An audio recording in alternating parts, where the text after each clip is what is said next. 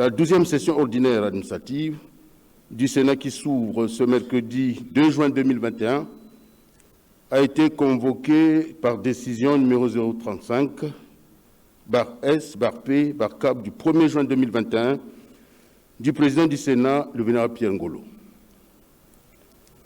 La conférence des présidents du lundi 26 mai 2021 a arrêté l'ordre du jour de la session à 10 affaires.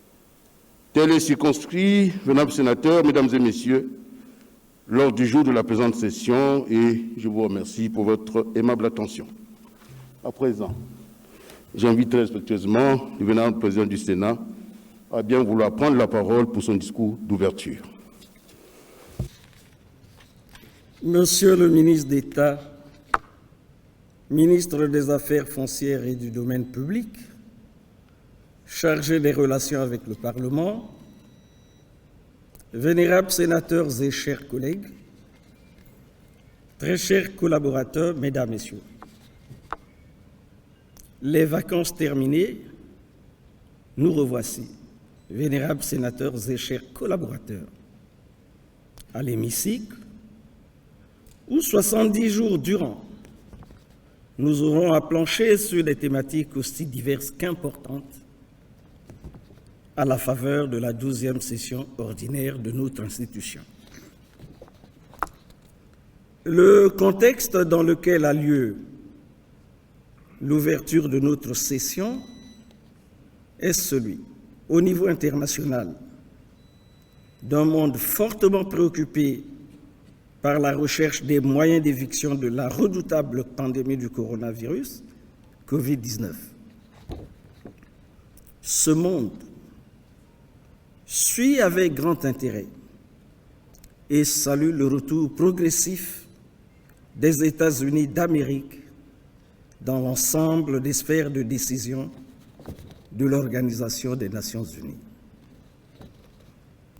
Avec ce retour, l'humanité est fondée de croire que de l'allant sera imprimé à la stratégie mondiale de lutte pour la protection de l'environnement, contre la propagation du coronavirus et d'autres maladies, contre la course à l'armement et pour le règlement pacifique des différents foyers de tension.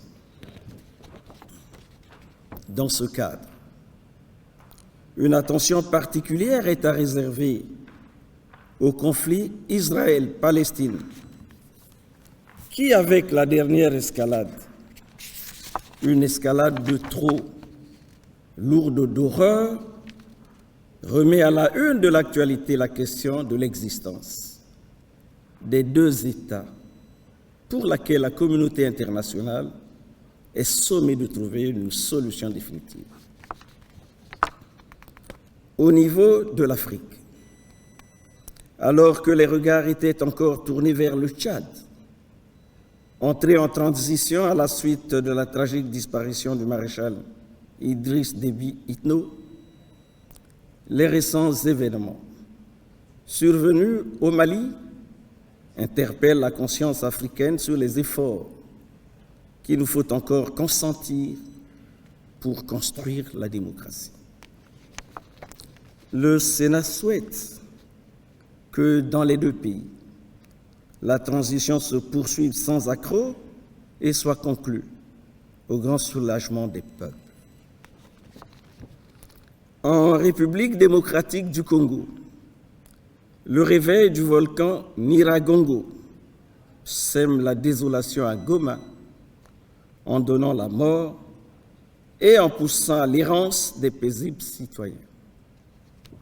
Le Sénat, solidaire des frères et sœurs du Congo démocratique, souhaite que Nyiragongo arrête durablement de cracher ses laves et cesse son activité sismique.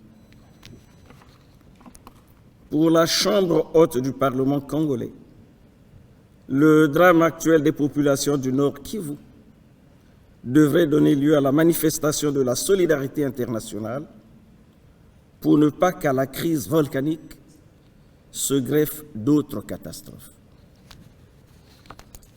Monsieur le ministre d'État, Vénérables sénateurs et chers collègues, mesdames, messieurs, la présente session a la spécificité de se tenir à un moment bien singulier de l'histoire du Congo. Une histoire désormais influencée par l'impressionnante dynamique novatrice découlant de la consultation populaire du premier trimestre 2021. En effet, l'élection présidentielle des 17 et 21 mars 2021, qui s'est déroulée dans des conditions sûres de sécurité, de paix et de quiétude, ayant constitué un véritable gage de liberté de mouvement et d'expression des candidats, ainsi que du choix responsable des citoyens, vient d'enrichir le palmarès de notre jeune démocratie, faisant prendre au Congo un nouveau départ. Assurément, le rendez-vous du 21 mars dernier a été une élection transparente, objective et crédible, qui, de l'avis des observateurs tant nationaux qu'étrangers, a obéi aux standards internationaux et a placé, de fait, le Congo sur un tournant décisif de son évolution, justificatif de nombreuses attentes des Congolais. L'exceptionnelle mobilisation des chefs d'État, de gouvernement ainsi que des diverses délégations le 16 avril, à l'occasion de l'investiture de l'heureux élu, qui a donné à la cérémonie l'allure d'un grand sommet de l'Union africaine, a consacré la reconnaissance par la communauté internationale de la régularité de la consultation présidentielle de 2021. Monsieur le ministre d'État, vénérables sénateurs, mesdames, messieurs, hommes, parole et d'action, tenant à apporter aux Congolais les réponses qui conviennent à leurs préoccupations, le président de la République, chef de l'État, son Excellence Denis Sassou Nguesso, clamait ce jour 16 avril, haut et fort ici, sa détermination à conduire le Congo au changement exigé par ses filles et ses fils. Ainsi, après avoir souligné que son projet de société, soumis à l'approbation du peuple, et pour lequel massivement les Congolais lui ont renouvelé leur confiance, à hauteur de 88,40%, s'articule autour de 9 axes eux-mêmes structurés en 3 pôles que sont la gouvernance institutionnelle et systémique, la gouvernance économique et financière attractive, la gouvernance nationale et solidaire. Denis Sassou Nguesso déclarait, pour ne prendre que le cas du premier pôle, ce qu'ici, je cite, s'agissant de la gouvernance institutionnelle et systémique, il est question ici de consolider le socle du vivre ensemble congolais, la paix, l'unité, le sens civique, la justice impartiale, la décentralisation, mais aussi la lutte quotidienne contre la pauvreté, le communautarisme, les antivaleurs et la violence sous toutes ses formes. Je veux un État protecteur, un État de droit, où la gouvernance publique opère dans la transparence et sous le contrôle des élus du peuple. Fin de citation. Ne faisant guère mystère de son attachement à un État incarnant une vraie puissance publique, qui œuvre à la restauration de son autorité et à la réforme de son administration, le président de la République, pour qui le manque de volonté et de courage constitue un vrai handicap à la mise en œuvre des différents textes législatifs et réglementaires, affirme, cette fois-ci, ne point transiger devant la responsabilité d'agir pour révolutionner l'existant. À ce propos, il relève, je cite, « En résumé, ce ne sont pas les outils qui manquent, c'est le courage de s'en servir. Eh bien, ce courage, soyez-en persuadés, ne nous manquera pas. Nous l'aurons, je m'y engage, pour lutter contre les antivaleurs dans les administrations et les organismes publics. Nous l'aurons pour élaborer une politique nationale de lutte contre la corruption et renforcer les moyens dont sont dotés la haute autorité, l'inspection générale des finances et le contrôle général de l'État. Nous l'aurons pour appliquer à l'encontre des détournements des fonds, de l'enrichissement illicite et du favoritisme une politique de tolérance zéro. J'y veillerai avec vigilance et sans faiblesse. » Fin de citation. La clarté du propos, associée à la fermeté du ton, ne laisse de place ni au doute, ni aux tergiversations. La direction de marche est ainsi clairement définie. Le moment est à l'action. L'action soutenue, l'action vigoureuse, l'action révolutionnaire par essence, en ce qu'elle doit transformer et moraliser la cité, créer les conditions du décollage de notre pays. Il est illusoire d'espérer aller au développement en s'accommodant des déviances abondamment décriées, mais qui persistent et prospèrent à la grande surprise des observateurs. L'action exigée, l'action nécessaire a pour sens d'engager le Congo dans un vrai mouvement de rupture censé remettre en valeur les comportements et les vertus, hier à l'origine de notre fierté et de la compétitivité de notre nation. Monsieur le ministre d'État, vénérables sénateurs, mesdames, messieurs, rappelons-nous ces temps où, ici chez nous, des opérations telles l'engagement et la circulation des dossiers d'intégration à la fonction publique, des états de sommes dues, d'attribution de bourses, le traitement des examens et concours s'effectuait en dehors de la moindre intervention des postulants. Elle n'est pas déjà si ancestrale l'époque où les différents paiements au trésor public s'opéraient sans tractation ni cession de pourcentage aux agents dont le point d'honneur demeurait de faire la preuve de leur compétence et de leur patriotisme. La triste réalité qui prend de l'ampleur de nos jours n'honore guère la République et constitue un véritable frein à son développement.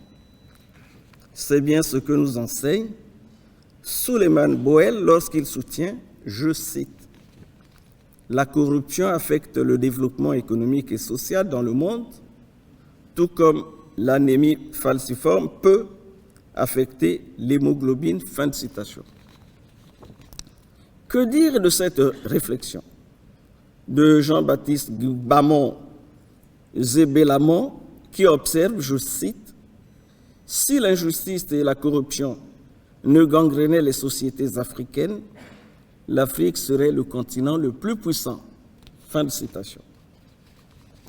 En vérité, la réalité susmentionnée est à bannir coûte que coûte afin de redonner au Congo son prestige et d'y instaurer une vraie impulsion de croissance.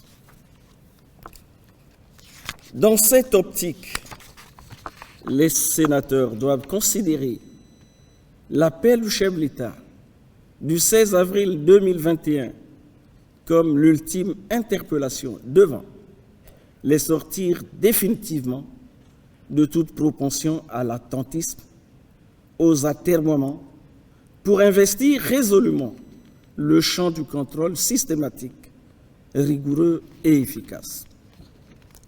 Ne perdons jamais de vue ce reproche fait aux parlementaires par les bailleurs de fonds internationaux pour lesquels les contre-performances de nos États sont imputables, dans une large mesure, à la passivité des élus du peuple qui manquent de faire l'usage requis de leurs prérogatives de contrôle. Agissons donc sur le gouvernement. Agissons efficacement avec le gouvernement, car il nous revient, dans une perspective de conjugaison des énergies entre les pouvoirs législatifs et exécutifs, d'assurer aux Congolais le bien-être et le bonheur indispensables. Monsieur le ministre d'État, vénérables sénateurs, Mesdames, Messieurs, de la conjoncture, retenons qu'elle n'a pas fondamentalement évolué. La crise persiste au double plan économique et sanitaire, avec des répercussions graves sur les autres secteurs de la vie. Le coronavirus Covid-19 n'a pas arrêté sa course ravageuse, ce qui n'autorise aucun répit dans la riposte. L'évidence telle qu'elle se dégage des diverses expériences à travers le monde, c'est que la victoire sur la pandémie est de façon apodictique la résultante de l'effort consenti dans le respect des mesures édictées ainsi que dans l'engouement observé en matière de dépistage et de vaccination. Ici, force est d'appeler la communauté internationale à aller au-delà des déclarations et des résolutions afin que se développe une véritable solidarité permettant à l'Afrique d'avoir vraiment accès aux vaccins. L'hypothèse de la production des vaccins en Afrique mérite le soutien de tous. Pour sa part, le gouvernement ne peut et ne doit que poursuivre, en intensifiant, l'action visant à assurer une meilleure protection des citoyens. À cet égard, l'opération de vaccination, à mener sans interruption, doit couvrir l'ensemble du territoire national. Les citoyens, quant à eux, gagneraient énormément à se convaincre de ce que la discipline exigeait. Plutôt que de s'assimiler à un calvaire, est une nécessité vitale, l'impératif de notre survie à l'effroyable maladie. Que les populations se débarrassent du sentiment d'avoir déjà trop fait pour comprendre que beaucoup reste à faire afin de vaincre la maladie et de nous consacrer tous, en qualité d'acteurs du développement, à la grande œuvre de construction du Congo, notre pays, tenu de s'affranchir du marasme et de l'angoisse. Vénérables sénateurs et chers collègues, très chers collaborateurs, il est incontestable que la République a amorcé une nouvelle phase de sa marche, celle de l'arrimage vrai entre la promotion de la démocratie et l'envol vers la prospérité. Nous y entrons sans renier un seul de nos engagements. Ainsi, la décentralisation doit demeurer au centre de nos préoccupations. De façon systématique et résolue, nous devons veiller à ce que les transferts de compétences principiellement acquis se traduisent en actes évaluables. Les collectivités locales, qui pour la plupart s'estiment délaissées au point de perdre le goût de l'effort, sont à réoxygéner et à revivifier afin de se repositionner sur la trajectoire de la compétition. Il est impérieux que la décentralisation, investie de la plénitude de sa vocation, donne du sens à son existence et prenne toute sa part dans l'entreprise du développement des territoires et par ricochet de la nation. La nation à construire, la nation dont nous rêvons, est un Congo totalement pacifié, où les phénomènes du genre bébé noir sont à traiter avec toute la rigueur et que force soit totalement donnée à la loi. Vénérables sénateurs et chers collègues, très chers collaborateurs, rien, absolument rien ne doit prendre le dessus sur notre enthousiasme, sur notre engagement. Mettons-nous donc avec courage et espoir à la tâche. Bon travail à tous. Je déclare ouverts les travaux de la 12e session ordinaire administrative du Sénat 3e législature. Vive le Sénat, vive la démocratie, vive la République. Je vous remercie.